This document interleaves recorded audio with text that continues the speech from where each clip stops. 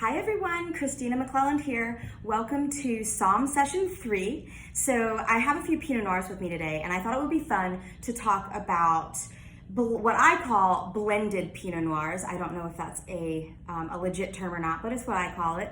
And what I'm referring to is the type of Pinot Noir that is a lot more bold in flavor and even a little heavier in body than your average Pinot Noir from Burgundy or parts of California. So what makes the difference in this type of Pinot Noir is that it typically is not 100% the varietal. So blending Pinot Noir with bigger, bolder grapes has actually been a practice for quite some time, but it's really starting to gain popularity in its profile style for a lot of wine drinkers out there, especially wine drinkers who are just being introduced to Pinot Noir as a wine. And so Pinot Noir as a grape in its varietally correct form is light to medium bodied, it's elegant, it has a nice bright acid, you get ripe cherry and strawberry notes to it.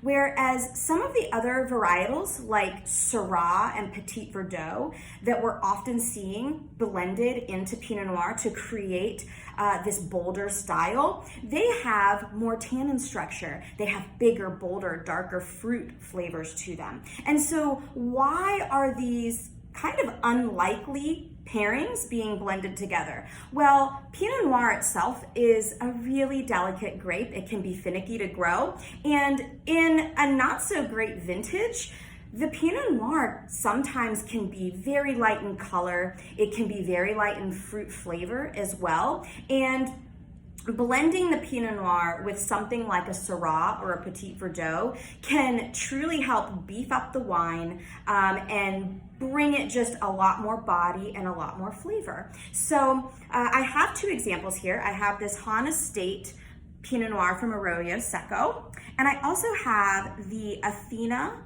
Pinot Noir from California, which is that blended style that I was referring to. And if you look at the difference just alone in the glass, the Han Estate being 100% Pinot Noir, you can see the color. It's definitely a medium-bodied red. It has a brightness to it that really bounces off the liquid.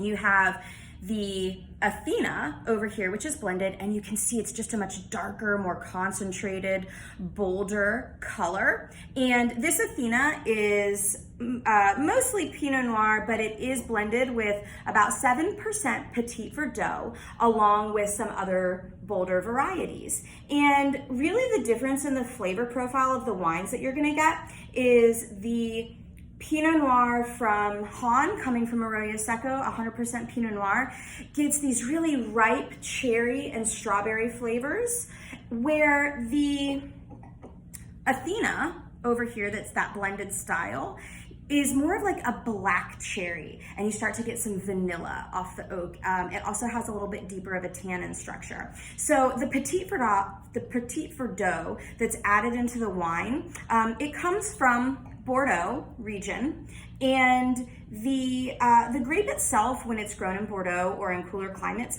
oftentimes doesn't quite get to its peak ripeness. Usually about every 4 years it can get there, depending on the climate and the weather that year. Whereas when it's grown in warmer climates, it can get to its full ripeness, and so it really loves growing in California. And ultimately, when it's blended into a wine, it provides more tannin structure, it provides a deeper color, and it provides a lot more fruit flavor. So depending on what type of Pinot Noir you like, I'm sort of a purist at heart. Burgundy is absolutely in my number one, or at least in my top 2 favorite regions for wine in the world.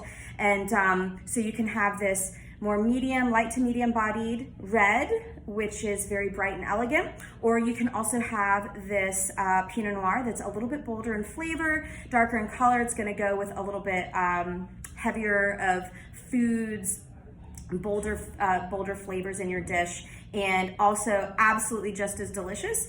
It's just to each your own. So I hope that that gives you a little bit of an idea of the difference between 2 different styles of Pinot Noir. And if you've never tried a blended style, I highly recommend it.